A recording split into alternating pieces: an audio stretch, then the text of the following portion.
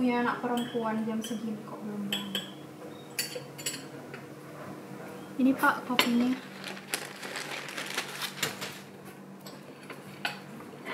Alia! Alia, bangun nak! Udah siang.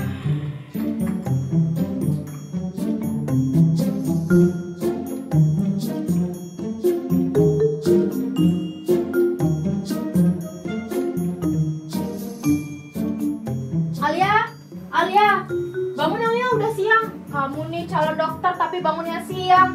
Mana kamarnya berantakan lagi. Oh, Ibu, ada apa sih? Masih pagi, Bu. Ibu itu buat syukuran buat kamu karena kamu keterima di FK. Hah? Syukuran? Iya, bentar lagi keluarga besar pada datang. Udah cepetan sana mandi. Astaga, Ibu, lebay banget. Belum juga kuliah, udah syukuran aja. Bus, masuk kedokteran itu nggak gampang loh. Lagian kan ibu mau pamer kalau ibu punya anak calon dokter. Astaga, Ibu. Udah ibu tunggu di bawah 5 menit.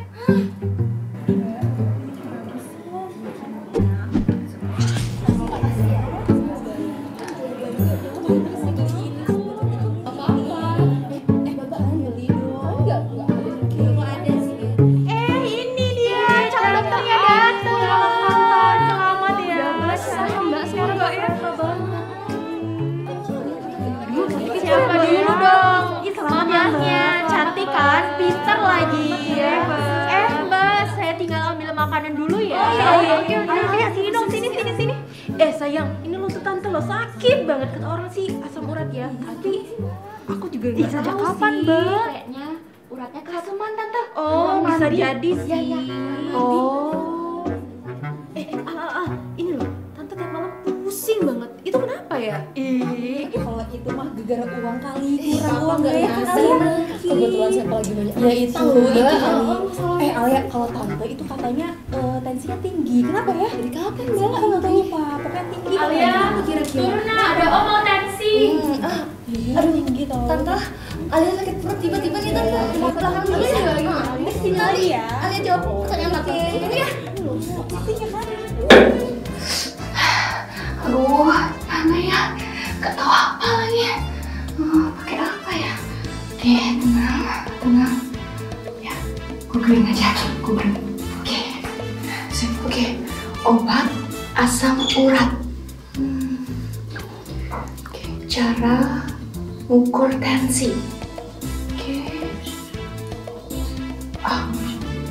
Cara menjadi dokter dalam waktu 5 menit.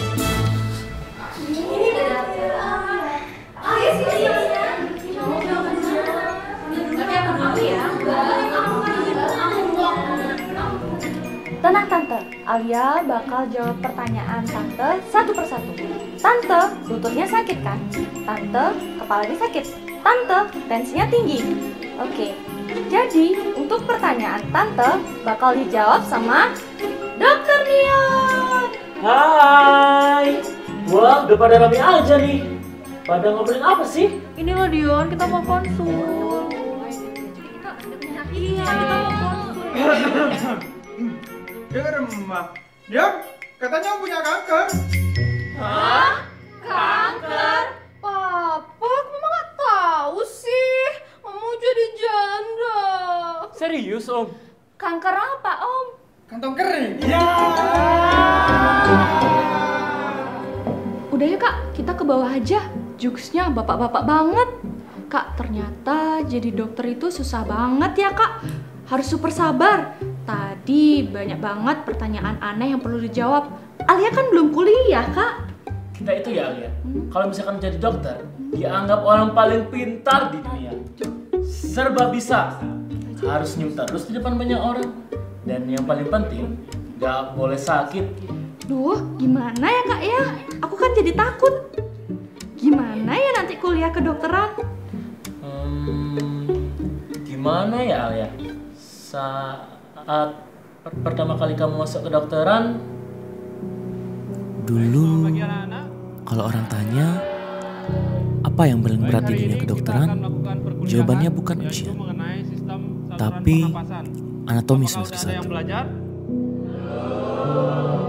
Mungkin ada yang tahu apa aja sih sistem saluran pernapasan itu? Baik, kita langsung saja. Yang pertama kita mulai dari sistem pernapasan atas. Ada yang tahu apa aja sistem pernapasan atas? Baik, yang pertama kita mulai dari hidung, sistem pernapasan atas, di mana dari hidung banyak terdiri dari rongga-rongga yang dinamakan adalah sinus maxillaris. Yang di mana muara dari sinus maxillaris itu ada sinus frontalis, terus ada sinus ethmoidalis anterior, genioidalis, dan juga sinus ethmoidalis anterior. Nah, untuk sistem pernapasan di bawah itu dimulai dari Kamu ngerti nggak sih apa yang saya jelasin? Kalau nggak ngerti tuh kamu tanya. Ini baru basic, belum juga yang lain. Kamu harus mengerti semuanya. Tanya.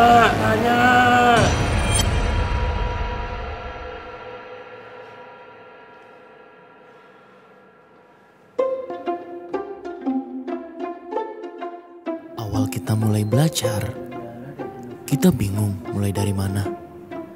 Mana bukunya tebal-tebal semua, bahasanya aneh-aneh.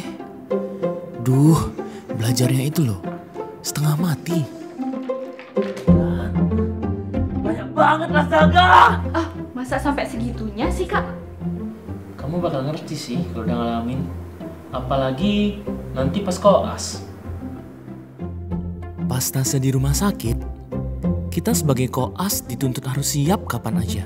Pagi-pagi muka masih berantakan, belum mandi, apalagi sarapan. Gak bisa dibayangin. Pokoknya kita itu udah kayak cosplay jadi zombie. Berapa ini? Weh ampun mati sudah telat. Weh bangun weh. Kakak pintu bangun weh. Telat mati kita mati. Weh gas pas. Astaga. Weh. Lagi apa? Baru bangun nih. Udah semua belum? Belum. Sudah TV? Belum. Sudah makan? Belum. Aduh parah lah. Ini nih. Suap. Nama pasien? Ada. Nomor kamar? Ada. Diagnosis? Ada, sangat lengkap. Ayo sudah karang ini. Gas.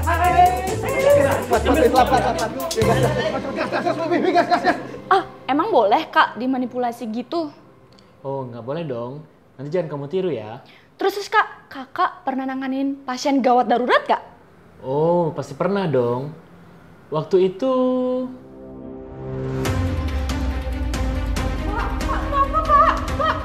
Dok, tolong dok, suami saya dok. Aduh bapak.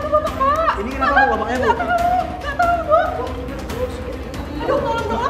Lakuin tindakan dok. Jangan diem aja dok. Dok. Tolong dok ini. Aduh gimana sih dok? Bantuin suami saya dok. Lakuin tindakan dok. Dok ngapain? Dek kenapa dek? Barusan bidangnya. Kamu bantu cek RW sama breathing, pasang oksigen, satunya cek tensi, terus lapor ke saya ya. Siap dok. Mbak, tolong bantu pasang IV line masuk dia Zepam ya.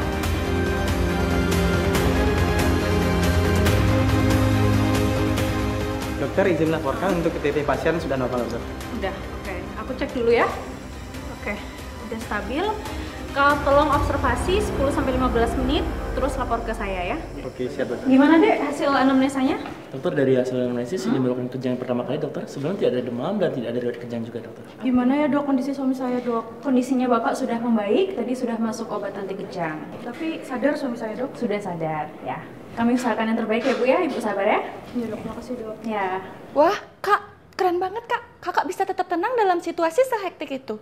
Ya, itu hal yang biasa Alia. Disitulah tanggung jawabmu sebagai seorang dokter diuji. Terus kak, setelah koas nanti, apa sudah bisa jadi dokter ya kak? Oh, masih belum Alia. Nanti setelah koas kamu harus masih melewati satu tahap lagi, yaitu ujian UKM PPD. Hah? UKM PPD? Jadi, nanti sebelum ujian UKM PPD, yaitu CBT dan OSCE, kamu harus belajar materi mati-matian. Semalaman tanpa istirahat. Waktu hari H ujian, kamu bakalan stres karena takut bikin kesalahan. Semua orang saling menguatkan. Padahal sebenarnya nggak ada yang kuat buat menghadapi rasa tegangnya. Tapi setelah melawan rasa tegang itu,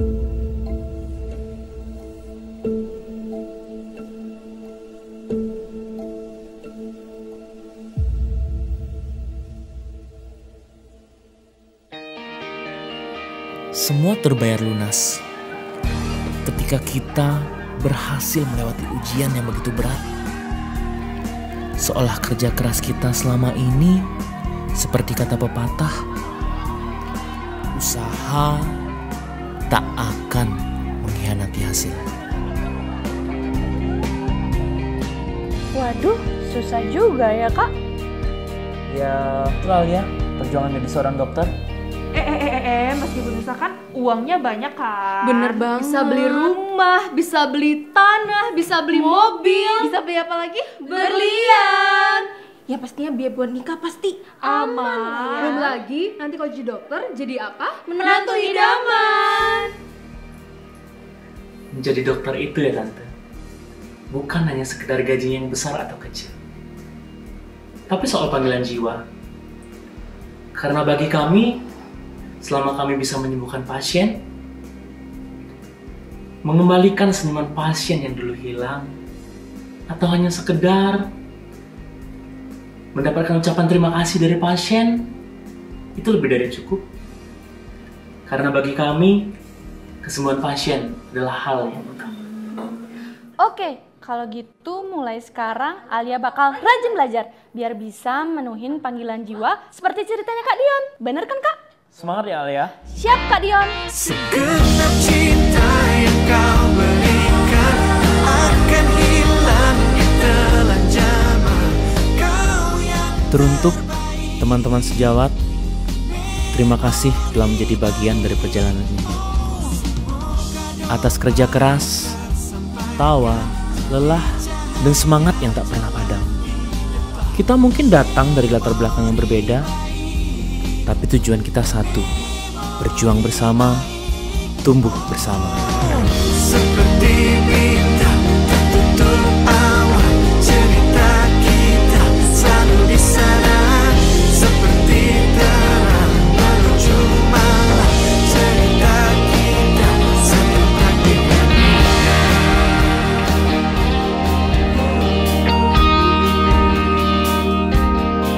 Mari terus melangkah, karena perjuangan belum selesai.